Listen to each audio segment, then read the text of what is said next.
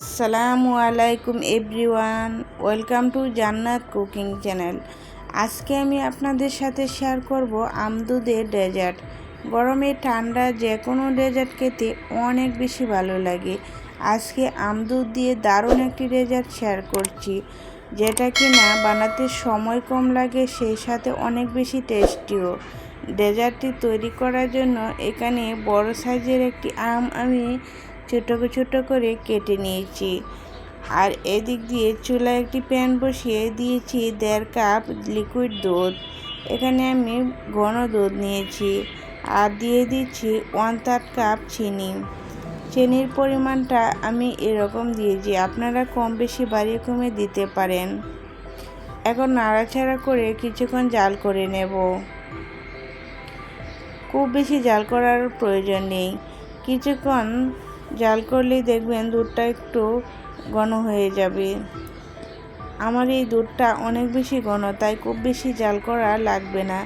আর ওই দিক দিয়ে নিয়েছি 1/2 কাপ লিকুইড দুধ, দিয়েছি 1 চামচ agar agar powder. Agar agar পাউডারটা খুব ভালো করে দুধের সাথে মিশিয়ে নিচ্ছি। এখন দিয়ে দিচ্ছি চুলায় প্যানের মধ্যে যে দুধটা জাল করে নিচ্ছি, ওই দুধের সাথে আগার আগার পাউডারটা আমি মিশিয়ে নেব। খুব তাড়াতাড়ি মিশাতে হবে, তা না হলে কিন্তু দলা দলা হয়ে যাবে।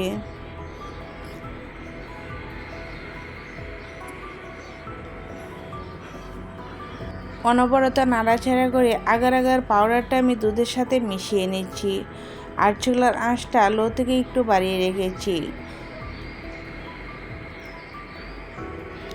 এখন আমি চুলা থেকে দুধটা নামিয়ে নিয়েছি। আর এদিক দিয়ে আমি একটা মোল্ড নিয়েছি। এই মোল্ডের মধ্যে আমি পুডিংটা সেট করব। এখন সম্পূর্ণ দুধটা মোল্ডের মধ্যে ঢেলে দিয়েছি আর কেটে রাখা আমের টুকরোগুলো দুধের মধ্যে দিয়ে দিচ্ছি। এখন নাড়াচাড়া করে মিশিয়ে নেব।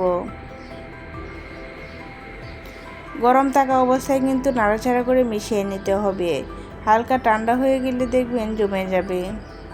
একটু ঠান্ডা করে ফ্রিজের মধ্যে রেখে দিব 1 ঘন্টার জন্য, পুডিংটা ঠান্ডা হওয়ার জন্য। পুডিংটা ঠান্ডা হলে খেতে অনেক বেশি ভালো লাগে। আমি 1 ঘন্টা পর পুডিংটা ফ্রিজ থেকে বের করে নিয়েছি। অবশ্যই নরমাল ফ্রিজে রাখতে হবে। এখন আমি পুডিংটা ডিমোল্ড করে নিব।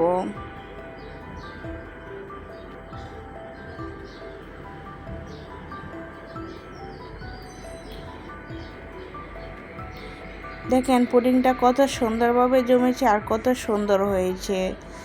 এই ঠান্ডা ঠান্ডা পুডিংগুলো গরমের দিন খেতে অনেক বেশি ভালো লাগে। আশা করছি আমার এই সহজ রেসিপিটা আপনাদের কাছে একটু হলেও ভালো লেগেছে। ভালো লেগে থাকলে লাইক, কমেন্ট, শেয়ার করবেন, সাবস্ক্রাইব করে আমার চ্যানেলের পাশেই থাকবেন। এই পুডিংটা তৈরি করতে খুব বেশি সময়ের প্রয়োজন হয় না, খুব তাড়াতাড়ি কিন্তু পুডিংটা তৈরি করা যায় আর অনেক বেশি ঝামেলা থেকে মুক্তি পাওয়া যায়। আর খেতে হয় অনেক বেশি মজাদার। আমি পুডিংটা কেটে দেখাচ্ছি, দেখেন পুডিংটা কত সুন্দর হয়েছে আর খেতে অনেক বেশি ভালো হয়েছে।